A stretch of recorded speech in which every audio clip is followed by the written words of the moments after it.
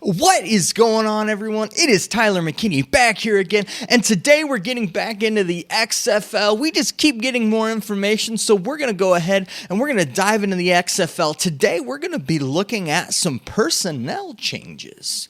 Hey, if it's your first time here, I'm glad to have you. If you're a return viewer, thanks for coming back. Thanks for watching more videos. And if you haven't yet, please consider subscribing. And talking about subscribing, I got a comment from Clyde Emerson, and Clyde says, keep going, moving up.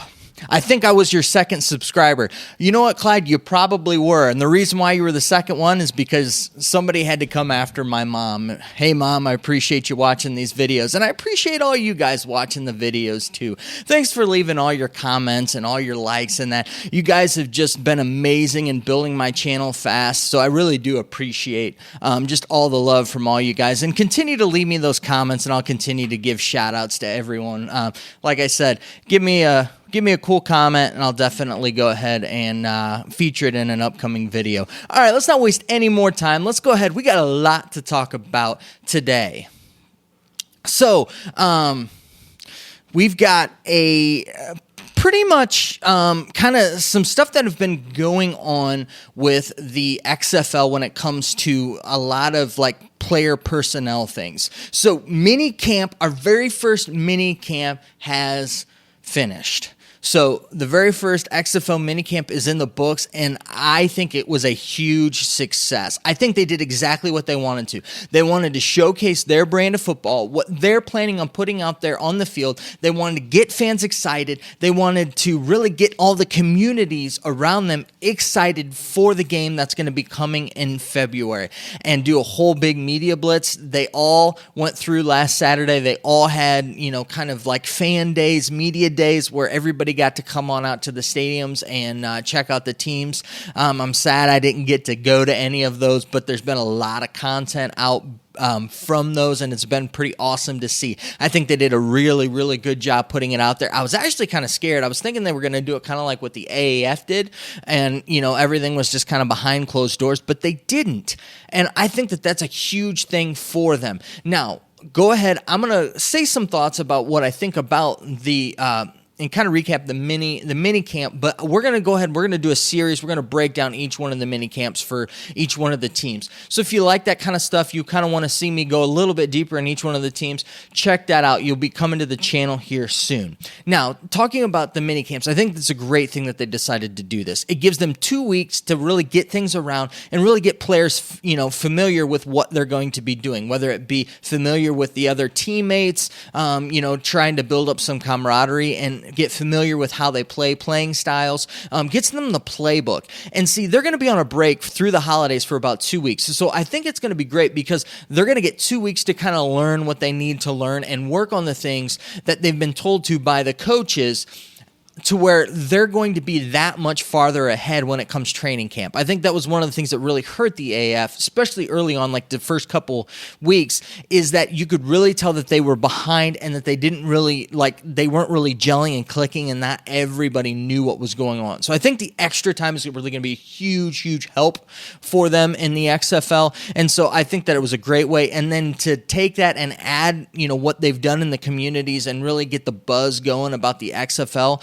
on top of that, like I said, a huge, huge success. Now, coming off the end of the training camp, we've kind of had some player personnel things that have come up. And so one of the biggest things is that the LA Wildcats, they released 5 guys, and they're the only team that I know of so far that's released anybody.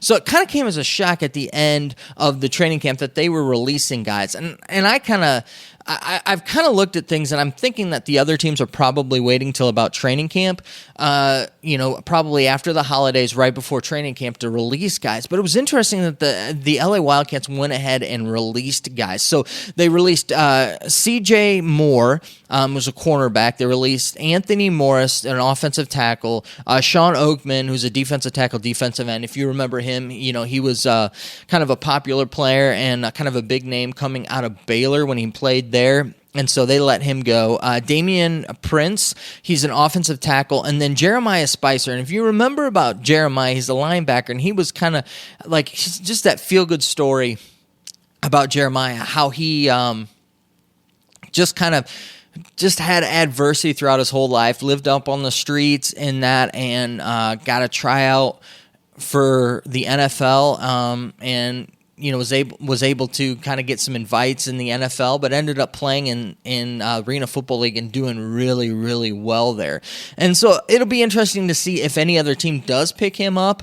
In that, I know that he's still hoping that he gets a shot out there in the XFL. So shout out to Jeremiah Spicer, and Jeremiah, I hope all the best for you. And I want to see you back on the field, because I definitely think that you got some stuff to bring.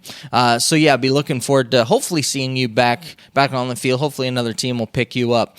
So yeah, we kind of had those, and it's going to be interesting to see how those cuts are going to happen and what's all going to transpire, because we've got 2 more weeks left of the NFL. And when the NFL's done, I think that you're going to see some players transitioning from practice squads to the XFL player squad. So I don't know how they're going to handle that. So if they're going to be teams kind of like the LA Wildcats, maybe freeing up spots to bring in more players from these practice squads, or if we're just going to get another supplemental draft, or players are just going to be signed to these other teams. I would imagine they'll probably do another supplemental draft, and so I think that LA's just freeing up space on their roster for these guys, and I think that you'll probably start seeing some other teams do it, though I would imagine that they'll probably wait till after the holidays, but who knows? They could spring something up on us tomorrow. Could be that way. All right. The next thing that we had was big shocker to me, was the fact that we got our first trades in the XFL. I didn't even know that was a thing in the XFL yet. They hadn't even said anything, but they pretty much just came out on social media and said, oh, yeah, we've had our first trades. And believe it or not, we've actually had 3 of them. If you go to the XFL's website, you'll see on there that they did one that happened on the 11th of December, which is kind of weird because we didn't find out until the 17th that they actually made trades. But on the 11th, we got the Wildcats. They received Trayvon Sanders, he's a defensive tackle, and then Tampa Bay received a Leon Orr, defensive tackle. So it must be that the guys were maybe not fitting into the scheme that they wanted, and the other guy seemed to fit better in their scheme, so they traded, which I think is pretty cool. The team's kind of, conversing and talking and trying to get the best personnel that they can. You can definitely see that these guys are trying to be competitive and really work with their rosters. It's not just, you get this roster and guys are going to play here for you. No, it looks like that they're definitely trying to work with the personnel, so I think that's pretty cool. Then on the December 17th, the Wildcats, again, Arian Springs, he's a cornerback. They traded again with Tampa Bay Vipers for Jalen Collins, a cornerback. So you can kind of see that they've been kind of trading positional players again. It's cool that these teams are working with one another. And this guy might not be a fit here, but he might be a fit here. And if you know football, you know that the higher level you go up, that the fit into a system is huge. So to see that, I think, is really good. And then on the 18th, we had another trade, and the Renegades received Marcus Jones, defensive end, and then St. Louis Battlehawks, they received Keith Mumphrey. He's a wide receiver. So it looks like the Dallas Renegades, from everything that I've seen from them, it looks like they've got what they want at wide receiver. They got what they want at quarterback, that they feel pretty good about it, to where I would imagine that Keith just isn't fitting in that whole scheme. So I would like to, see how this goes. And it looks like that they're definitely trying to shore up their defense with bringing in Jones. So again, with the trade stuff, that's pretty cool. All right, guys, let's go ahead and let's finish up today with kind of a story that's kind of an interesting thing. So it came out that Vicis, which is a helmet maker, and they've kind of got this revolutionary helmet. You can look them up, check them out on Facebook. Maybe I'll put a link to not Facebook. You can check them out on YouTube. I'll put a link down in the description about, kind of who they are, what they are, the technology that they put in these helmets. I think it's pretty cool, the concept that they have. So most helmets are designed to really take the impact and prevent skull fractures and things of that nature. Whereas they're designing things a little bit differently, whereas theirs is designed to take impacts and really try to limit the head trauma that they get from the impact and things of that nature. So I think it's really cool. But it came out that they're really in financial trouble, and it looks like that the XFL had a big order in with them, and it doesn't look like they're going to be able to fill that order. And so, of course, as this information came out, that it doesn't look like that they're going to be able to get them helmets for training camp. Again, it was one of those, oh no, the XFL, are they going to be in trouble? Are they not going to be able to put football? Are they not going to be able to do this? And people in the media are all up in arms again about this. The fact of the matter is, guys, is that they just got done with training camp, and I'm pretty sure I saw in every one of those videos, every one of those pictures, that every one of those football players had a helmet. I think that they're going to be okay. They're going to be fine with the equipment. I am just getting sick and tired of every turn that something's coming up with the media, whether it be Oliver Luck having to explain himself about somebody they've signed a contract and that they need to keep the contract that they've signed. And it's always this, the XFL can't win. It's either they're blocking the NFL from signing a player, and why would you do that? Or they're not paying a player enough money that, really that's not enough money, and they should be paying them a whole bunch more, and they're just getting flack on both ends of it. One, for trying to keep the talent that they have and really, being competitive where they're at and making people, stick to their contracts. And then on the other hand, it's like they're getting slapped in the face for not paying their people enough, which they've already signed contracts, so they're agreeing to get paid that amount of money. And so you've got that stuff, and it's like one thing after another that the media just keeps hounding on the XFL about. I mean, you can even go back and look at the whole thing with Bob Stoops, which I think is absolutely hilarious. He was never planning on leaving the XFL, but the media outlets and the media would not get off the fact that he was going to be the next Florida State head coach. It just seems at every turn that the media has really been trying to really push down the XFL with everything that they're doing, looking at them as, little brother to the NFL, that they're not going to succeed, that they're not going to do things. And I get it, guys. I know I'm an optimist. I look at the glass half full. So, if you're going to leave me the comments down in the comment section with that, I totally get it. I understand.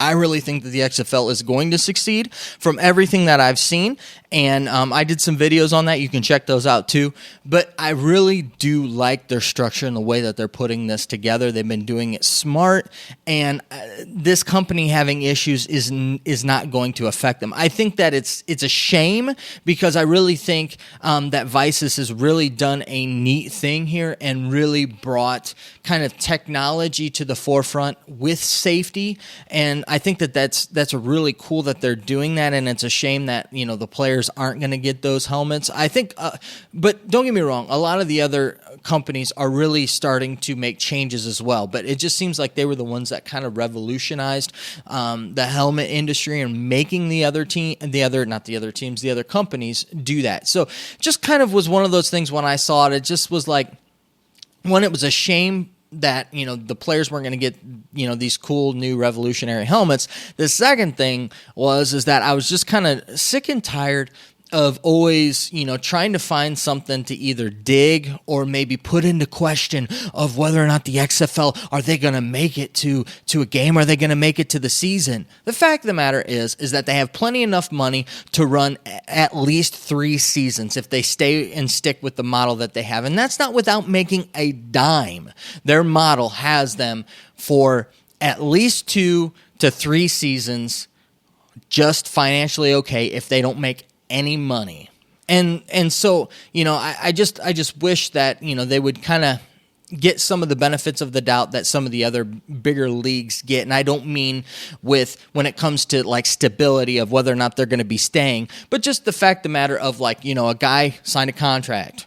He honors the contract.